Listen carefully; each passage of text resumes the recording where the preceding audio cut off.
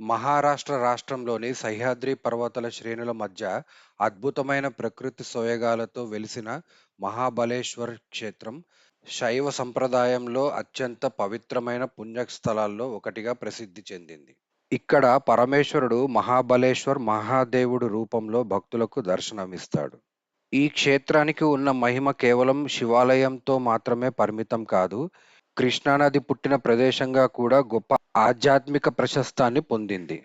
అందువల్ల మహాబలేశ్వర్ క్షేత్రం ప్రకృతి, పురాణం, భక్తి ఈ మూడూ కలిసిన దివ్య క్షేత్రంగా భావించబడుతుంది. పురాణాల ప్రకారం ఒకప్పుడు బ్రహ్మ, విష్ణువు, మహేశ్వరులు ముగ్గురూ కలిసి ఈ ప్రాంతంలో తపస్సు చేసినట్లు చెబుతారు. సృష్టి, స్థితి, లయలకు ప్రతీకలైన ఈ త్రిమూర్తుల సాన్నిధ్యం వల్ల ఈ భూమి అసాధారణ పవిత్రతను పొందింది. వారి దివ్య తపస్సు కారణంగా ఈ ప్రాంతం దేవతలకు, ఋషులకు, భక్తులకు పూజార్హంగా మారింది. అనంతరం పరమేశ్వరుడు ఈ భూమిలో మహాబలేశ్వర్ రూపంలో లింగ స్వరూపంగా వెలిశాడని స్థల పురాణం తెలియజేస్తుంది. మహాబలేశ్వర్ అనే నామానికి కూడా గొప్ప అర్థం ఉంది.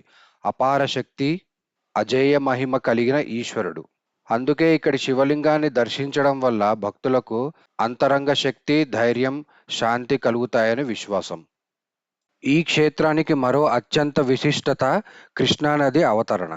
పురాణం ప్రకారం మహాబలేశ్వర్ ప్రాంతంలోనే పవిత్ర కృష్ణానది ఉద్భవించింది.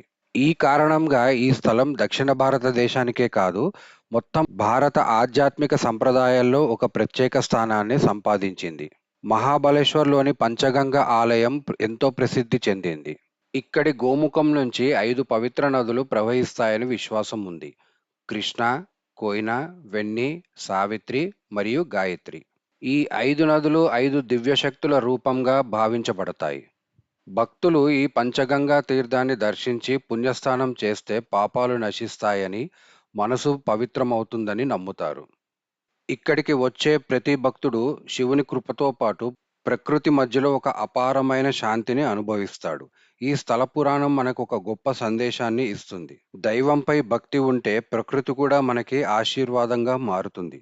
మీరు కూడా ఒకసారి మహాబలేశ్వర్ క్షేత్రాన్ని దర్శించి ఆ దివ్య అనుభూతిని పొందండి.